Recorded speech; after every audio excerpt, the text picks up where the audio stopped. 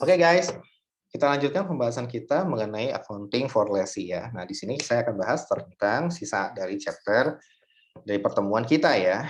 Nah, pertemuan kita akan bahas tentang lessee accounting yang terakhir ya. Bagaimana kalau tadi sebelumnya kita udah tahu ya, bagaimana GRV sama UGRV ya, di mana UGRV itu adalah sama kayak residual value no expected payment, ini sama persis jurnalnya kecuali yang membedakan pada saat akhir ya.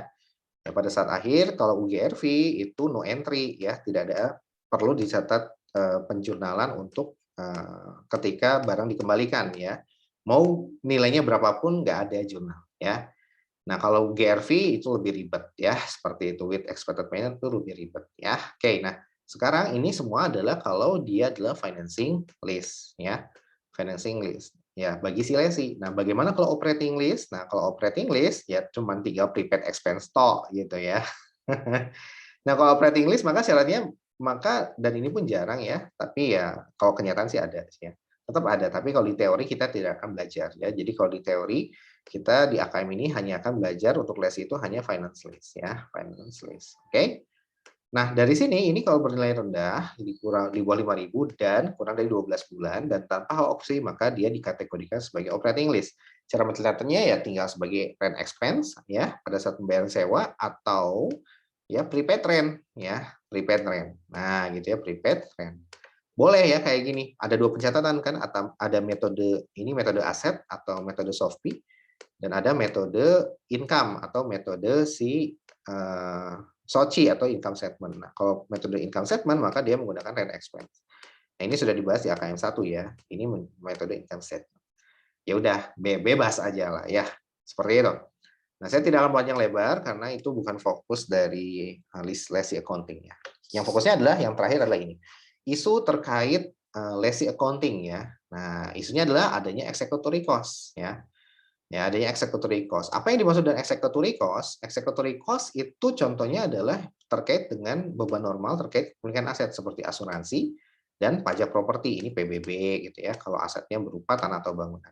Kalau aset sewanya berupa kendaraan, maka ini PKB, pajak kendaraan bermotor, gitu ya. Nah, dan di sini apakah bergantung apakah gross list atau net list, gitu ya. Kalau gross list, maka executory cost masuk ke dalam fixed list payment, masuk ke dalam pembayaran yang ini, ya. Nah, masuk ke dalam yang ini. Sehingga akan menambah list liability. Nah, ini yang bertambah, ya. Tuh, ini yang bertambah, ya. Nah, kalau dia net list, maka executory cost nggak masuk, ya. Tuh, ini cuma seperti semula 2711. Dan sebagai biaya variable dicatat secara terpisah sebagai expense. Jadi nanti ada yang namanya executory cost aja pada cash. Ini udah beres itu kalau net list ya. Nah, kayak gitu. Nah, kapan kita mencatat net list dan kapan kita mencatat gross list itu tergantung kepada situasi dan kondisi ya. Yang pertama kalau kita berbicara lessee dan lessor gitu ya. Nah, ini seperti ini ya. Maka kalau kita barangnya kan sebetulnya barangnya milik lessor ini aset sewanya ya. Kemudian disewain kepada si lessee ya, disewain kepada si lessee. Nah, si lessee akan bayar lease payment ya. Nah, cuman si lessor akan bilang, lu kan ya udah pakai barang gue ya, misalkan barangnya berupa motor atau mobil, maka ini ada PKB ya. Ya lu tanggung juga dong pajak kendaraan bermotornya lu bayarin tiap tahun tuh. Nah, ya udah, akhirnya si lessee bayarin tuh tiap tahun. Si lessee akan nitip ke si lessor berupa ini ya executory cost yaitu pajak kendaraan bermotor. Nah, si lessor nanti akan menyampaikan ke mana? Ke si Pemda ya, Dinas Pendapatan Umum atau RKUD ya, rekening kas umum daerah ya, RKUD. Nah, seperti itu ya. Rekening kas umum daerah. Langsung aja ke bank yang dikelola oleh daerah tersebut. Misalkan kalau Jabar ya Bank Jabar gitu ya. Karena kan kita Depok ya, jadi Bank Jabar. Nah, dari sini nanti akan dibayarkan oleh si lessor ke si RKUD. Jadi cuma nitip doang nih, gue titipin ke lu deh lessor yang bayar nanti ya. Karena kan masih atas nama si lessor tuh asetnya ya, masih atas nama si lessor ya. Nah, inilah yang dimaksud, skema inilah yang dimaksud apa? Yang dimaksud gross list ya. Gross list. Jadi dititipin ke si lessor. Tapi kalau dia langsung, gue malas titip, langsung aja gue bayar deh kemana? Ke si RKUD. Maka inilah yang disebut net list ya. Nah, NL ya. Jadi net list itu ya si lesi langsung bayar ke kas umum daerah, nggak via si lessor. Nah, itu net list gitu ya. So, kesimpulannya adalah net list itu berbeda dengan gross list. Kalau net list, si lesi langsung bayar ke si rekening umum kas daerah ya. Terkait apa? Terkait pajak kendaraan bermotor yang atas aset yang dia sewa ya. Kalau gross list ya tinggal dititipin ke si lesor. Nah, konsekuensinya adalah kalau dia net list gampang ya, seperti biasa aja, nggak ada menambah annual list payment ya. Ya, nah, jadi pencatatannya nanti executory cost pada cash sebesar berapa ya. Nah, kita lihat nih. Ini soalnya masih sama. Nah, cuman ada executory cost 2.000 per tahun. Ya udah tinggal bayar aja 2.000 gitu ya. Executory cost pada cash itu kalau yang net list. Tapi kalau yang gross list, nah ini ribet ya. Kalau yang gross list, maka dia akan dimasukkan ke dalam list payment ya. Ini misalkan sampai tahun kelima. Nah, dia tiap tahun kan akan bayar 20.000. Nah, nanti ditambah dengan 2 ya. Di setiap tahun ditambah dengan 2 juga. Sampai tahun keempat nanti dia ditambah dengan 20 ditambah dengan 2 sebagai executory cost. Nah, ini akan kita present value-kan juga dengan annuity due ya. Berbarengan dengan si list payment ya, dengan present value annuity due gitu ya. Nah, sehingga present value annuity due ya. Sehingga apa? Sehingga nah ini 2.000 tambah 20.000 tambah 2.000 ya, sama dengan 22. Kemudian kita present value kan annuity due hasilnya adalah 105 ya. Nah, dari situ maka kita tinggal cempungin ke dalam present value-nya berapa? 105. Ya udah, as always annual list payment 22.000 bukan lagi 20.000 karena sudah including dari si executory cost ya. Sisa ke bawahnya mah sama ya. Ini kan periode pertama, kedua, ketiga, keempat, kelima, dan di periode kelima harus nilainya 0. Ya, seperti itu. Nah, gampang kan? Oke, nah sekarang selanjutnya adalah, nah bagaimana dengan prepayment? Nah, prepayment ini adalah list prepayment. Jadi, kalau ternyata si lesi dia bayar uang muka, ya. Nah, uang muka itu akan menambah ROU. Nah, gitu ya guidance-nya. Jadi uang muka ini biar apa? Karena untuk menurunkan si list payment-nya, agar si list payment-nya tuh turun, nggak berat cicilannya gitu ya. Nah, kemudian yang kedua bentuknya adalah incentive payment. Nah, incentive payment ini cashback ya. Jadi biar si lesi itu mau mengeksekusi menyewa asetnya si lesor, maka dia kasih iming-iming, ya gue kasih cashback deh gitu ya. Ya udah, cashback itu berupa incentive payment yang diberikan oleh lesor kepada si lesi. Nah, kayak gitu ya, sehingga dia akan mengurangi ROU. Nah, jadi perbedaannya adalah kalau list prepayment dia akan menambah ROU, kalau insentif dia akan mengurangi ROU ya. Ini akan minus ya.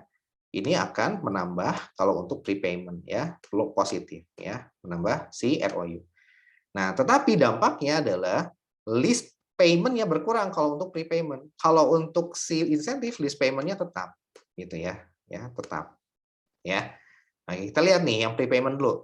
Yang prepayment contohnya seperti ini, nilai wajarnya sekian ya. Ini yang menghitung siapa? Ini semua yang menghitung adalah si lesor ya. Ini adalah lesor yang menghitung ya. Itu yang perlu kalian jadikan perhatian. Oke, nah sekarang kita hitung lagi. Jadi ketika di soal kemungkinan ya kalian harus menghitung sendiri ya, walaupun soalnya adalah accounting for lessee ya. Tapi ya ini kalian harus hitung juga, walaupun yang menghitung ini kenyataannya adalah lesor. Oke, dari sini nilai wajar aset sewa adalah 100.000 ya. Nah, residual value-nya berapa? Present value 5.000 ya, dikurang 4.000 sama dengan 95. Nah, ada prepayment. Nah, dikurang dengan prepayment menjadi dari 95 turun menjadi berapa?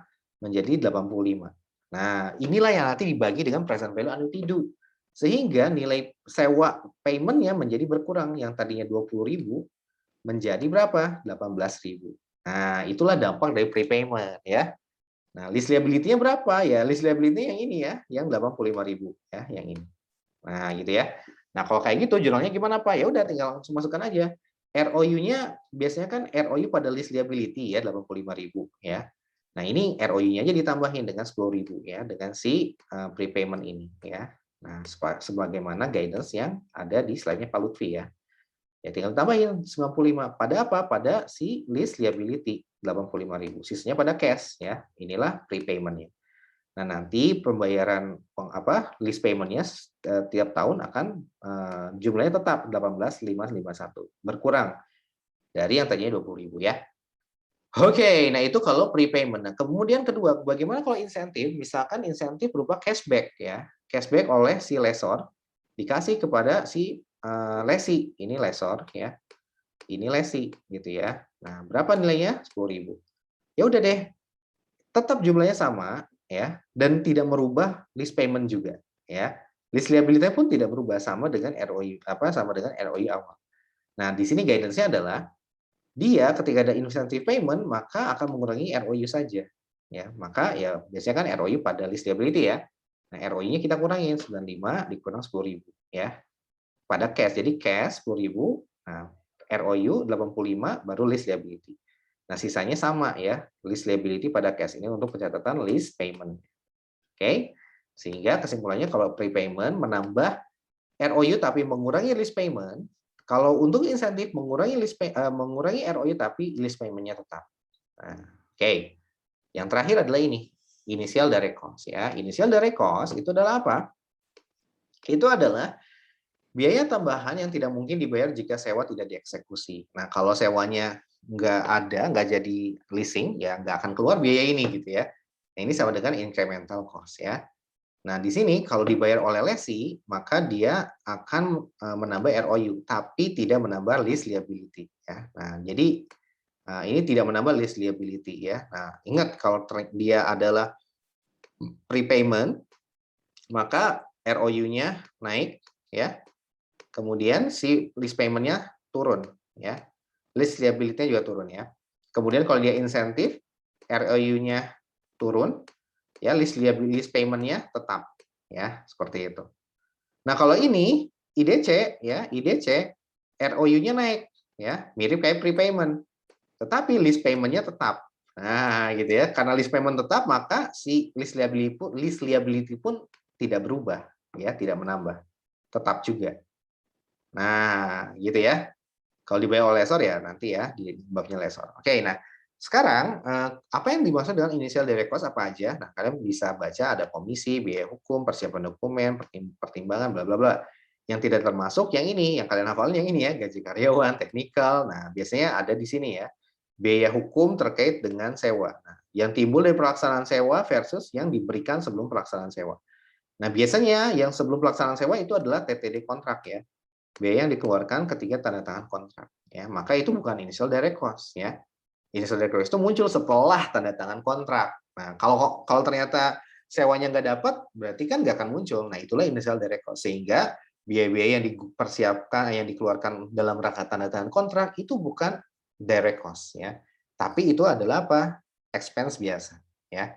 Nah, seperti apa? Seperti komisi ini kan kalau sewanya berhasil dan udah ditandatangani, maka kita akan memberikan komisi kepada bagian purchasing gitu ya, bagian penjualan ya. Nah, seperti itu ya, bagian marketing lah seperti itu ya. Nah, oke, nah seperti itu. Nah, contohnya adalah sama seperti yang contoh sebelumnya, cuma di sini ada tambahan bahwa PT IVA, nah ini lesor ya. Ini adalah lesor membayar konsultan hukum sebesar 100. Sedangkan Cita membayar sebesar 200. Nah, yang kita pakai yang Cita ya, inilah yang lesi ya. Nilainya masih sama, maka caranya gimana? Ya udah, kita lihat guidance-nya ya. Dicatat sebagai penambah aset hak guna. Ya udah ROU ditambah dengan 100, 95.990 ya. Pada list liability, pada cash. Sisanya masih sama. Nah, gitu ya. Jadi seperti itu caranya aja. Jadi kalian tinggal mengacu ke guidance-nya ini aja ya. Apakah dia nambah dan dia tidak menambah list liability, maka kalau list liability tidak bertambah, maka si list payment-nya akan tetap juga. Ya, seperti itu. Demikian penjelasan tentang accounting for lessee. Semoga bisa bermanfaat. Kita lanjutkan pada video selanjutnya tentang accounting for lessor. This is Pak Eci. Until we meet again. Assalamualaikum warahmatullahi wabarakatuh. Dadah. Terima kasih.